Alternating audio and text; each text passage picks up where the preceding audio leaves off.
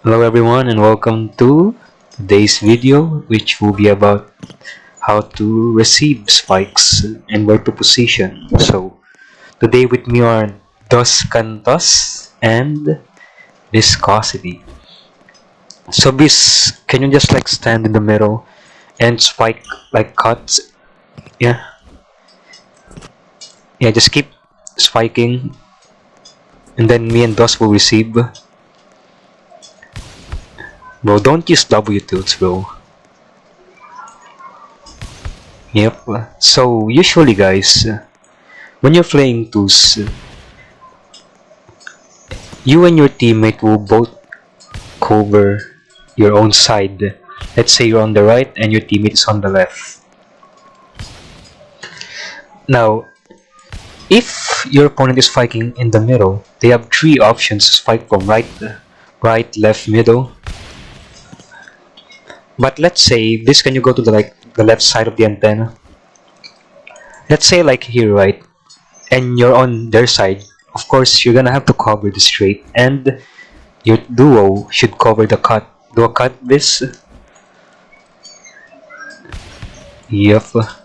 Now do a straight. So like that's just the general like things you should know about positioning. Now let's say the opponent is behind the attack line. Come here, bis. Now, assuming they're not Kasana, all their spikes are gonna be farther back. So you can stay behind. You can also go behind the attack line as well. Because if you just stand here, you can just spike. It's gonna go over you, right? Spike it towards me, bis. See, you can't wreck that. See, you could try, yeah. You could try like facing your character backwards, but still, yeah. If you notice like they're far from the net, just go take a few steps back. Oh, easy wreck.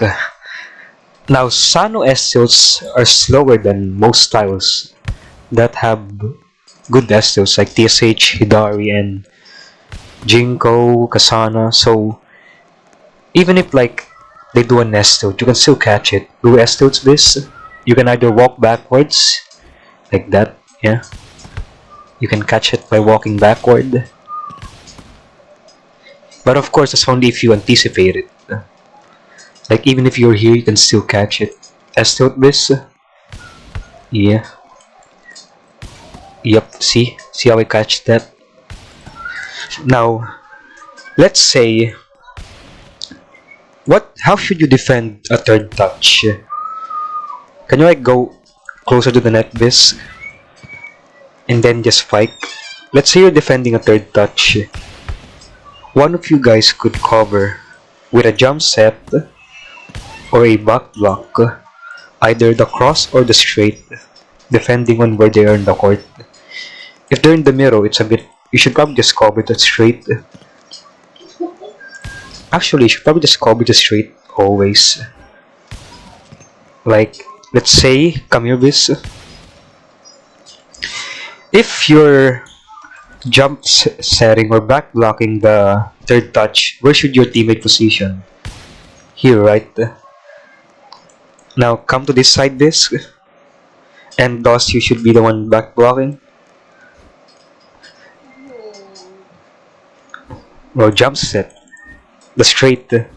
So like your teammate is already covering the straight, so the only other option that your opponent can do on this touch is do a cut, right? Do a cut this. Well, don't back block those, cause like yeah. So as you can see, it's like their only other option, a cut. But even cuts can still be cut by jump sets.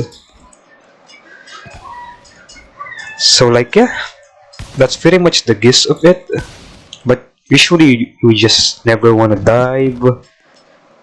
And to receive, you should either use set, but I don't recommend using set. Can you spike into this? This, yeah, you can do serve receive.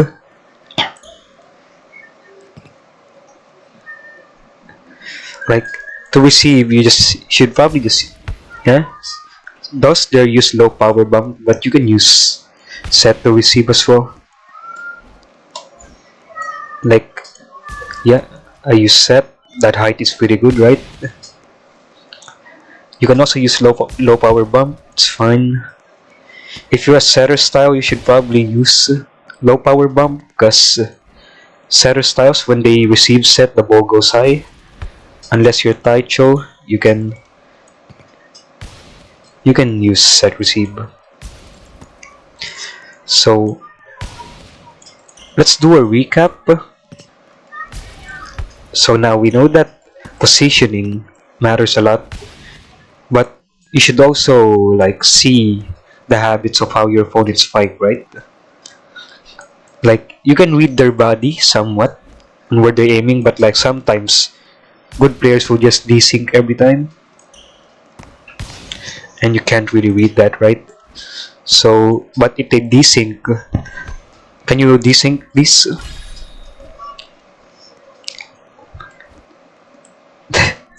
Oh, bro, my Roblox crash. What?